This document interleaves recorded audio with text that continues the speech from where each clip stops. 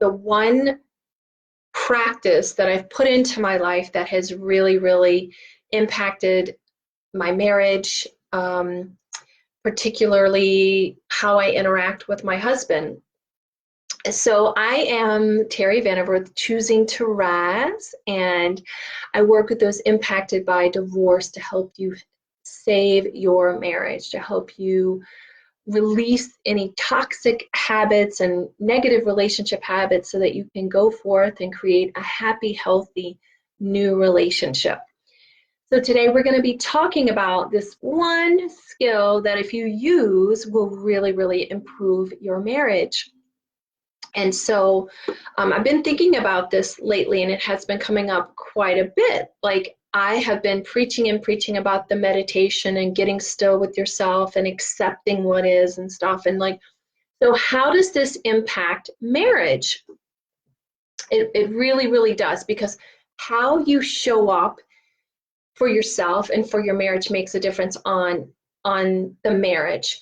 So many people want to blame the other person when their marriage isn't going the way they want. And listen, guilty, right? Guilty as charged. I want to blame my husband, and I got my own stories in my head about how he's not doing what I expect him to do, right? So, but the thing is, so this is what I learned though. Like, I am a product. I have been divorced a couple of times, and I was like, okay, I have got to change myself, because I'm the common denominator in this. I'm the one that's not happy, and I'm looking on the men in my life to make me happy, and that's not okay. They are not responsible for my happiness. No one else is responsible for your happiness except you.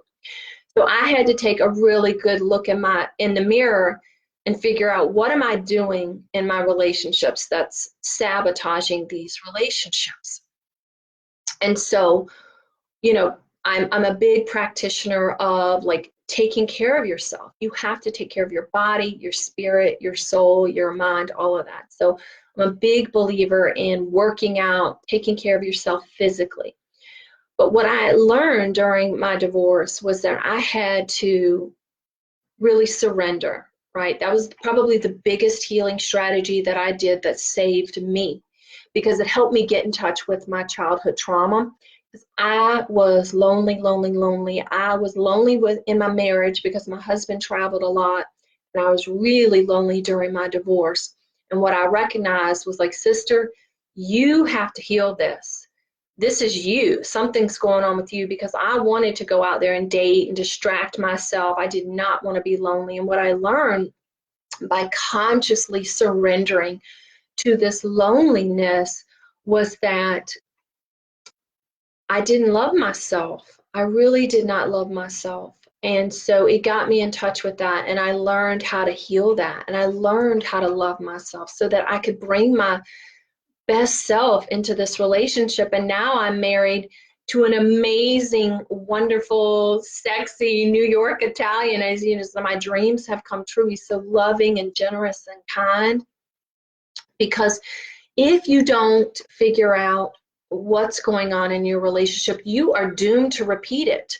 So many people want to blame the other person. It's the other person's fault that I'm divorced. It's the other person's fault that my relationship isn't working out. He's not making me happy. He can't make you happy. You have to make yourself happy. He's not responsible for your feelings. So you have to get in touch with that. And the thing is, you've got to take ownership of that, because the chance of a second marriage working out is less than 30%. You getting a divorce if you're in a second marriage is 70%. That like statistic blows my mind, because you would not get on an airplane if you knew that the chance of that airplane crashing was 70%, would you? No, you wouldn't. So the fact that you're involved in a second marriage, whether your spouse it's a second marriage or you're a second marriage, you have to figure out like how to beat those odds. And doing the work, it begins with you.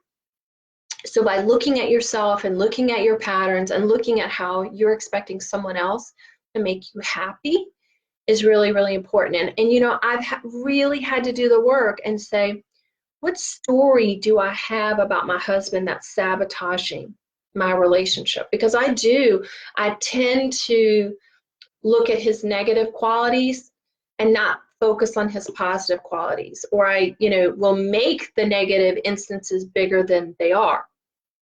But the best practice that I've put into my life that has been life shifting has been meditation. And I've got a challenge going on right now where if you sit with yourself for an hour for a week, I will send you a gift, right? So if you've taken me up on that challenge, you'll see how life-changing it can be. And here's an example of how it has improved my marriage without even like just not doing anything in the marriage. Like nothing, it's not any big like aha thing, but so I'll give you what meditation is. It's not getting caught up, and if you just want to call it sitting still with yourself, accepting what is, embracing what is, I call it just like getting still with yourself and getting in touch with yourself. But getting in touch with yourself, but not getting attached to those thoughts and not getting attached to those stories. Like that's what I said, I've had to really, really look at myself and how I get attached to the stories that I have about my husband and about myself. And learning to let go of those stories and not cling on to them. So here's a really, really good example, recent example of how I didn't react and get caught up in the story. So I had my daughter's preschool little bag with all the Valentines all made up and the teacher gifts all made up and everything in a bag, ready to go like a week ahead, right before Valentine's Day. And I had asked my husband to take it in because he takes her in the morning. And day after day after day, that bag was still sitting there. And it was a Wednesday, Thursday, the bag wasn't there. But I had found the bag way in the back of the kitchen, like where it wasn't supposed to be, not right in the front of the, where, you know, you'd remember. Because he's, again, this is a story, but my husband is rather forgetful. That's the story I have about him. So, of course, that just laid into my story of he's forgetful, he forgot the bag, blah, blah, blah, blah, blah. But what I recognized really early on was like, I'm not going to get attached. I saw that bag and like instantly that thought of like, he didn't take the bag, he's so irresponsible, he's so forgetful, blah, blah. So those thoughts, that I stopped myself and I took a breath and I just recognized, I'm not going to get caught up in this. I'm not going to get attached to this anger because it was thoughts causing the anger. I'm not getting attached to this. I'm just letting that go. And I let those thoughts go. And I didn't think about it the rest of the day. And he got home.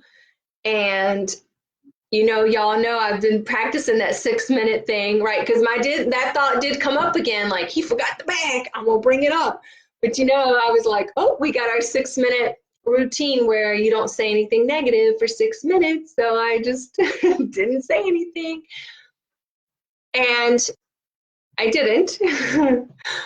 I let those thoughts go. And then later, the thought came up again about the bag.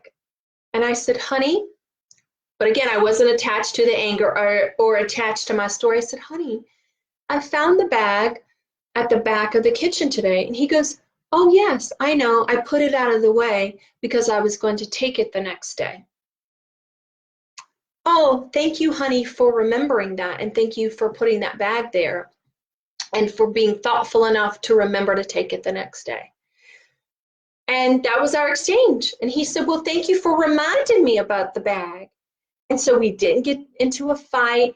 I didn't even, because here's the thing, we get so angry at our spouses over something that I was already ready to get angry at my husband over something that he hadn't even done yet. But I was ready to go down that rabbit hole of being angry at something he hadn't even done.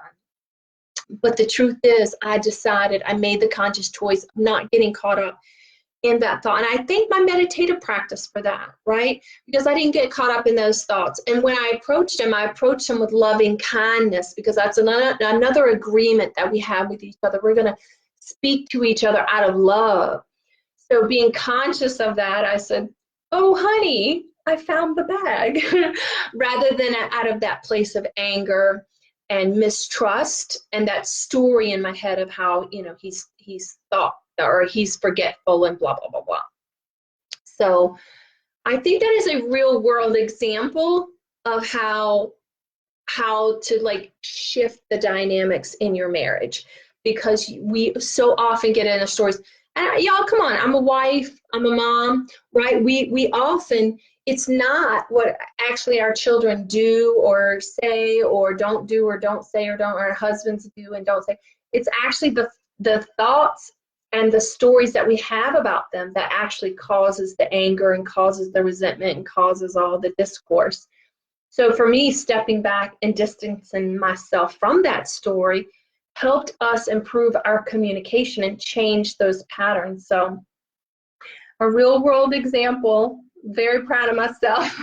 And you know, so it's just doing that on a continual basis, and that continual language on speaking to each other in a language of love and not of a past story, right? Because I think so many times in a marriage, we get caught up in the story of how what our husbands did to us in the past, or holding on to something they did to us in the past, or what our kids did to us in the past, and we come to them from that place. But I am choosing not to come from that place in the past. I'm choosing to come to my children and my husband and of right now, of present. So I hope this was helpful. If you are struggling in your marriage, if you are struggling with your stepkids and you're feeling resentful and angry, and you want to improve things, and you want to improve your relationship with your stepkids, and you want to improve your relationship with your spouse, reach out to me and let me know. And I'm going to tell you the fastest way that you're probably sabotaging your relationship with your family members. So I will see you next week, and we will talk about more tips for being a stepmom and being happy in your stepfamily. Reach out to me on Facebook, or find me in the group. I'd love to answer any questions that you have. All right. I'll talk to you later. Bye.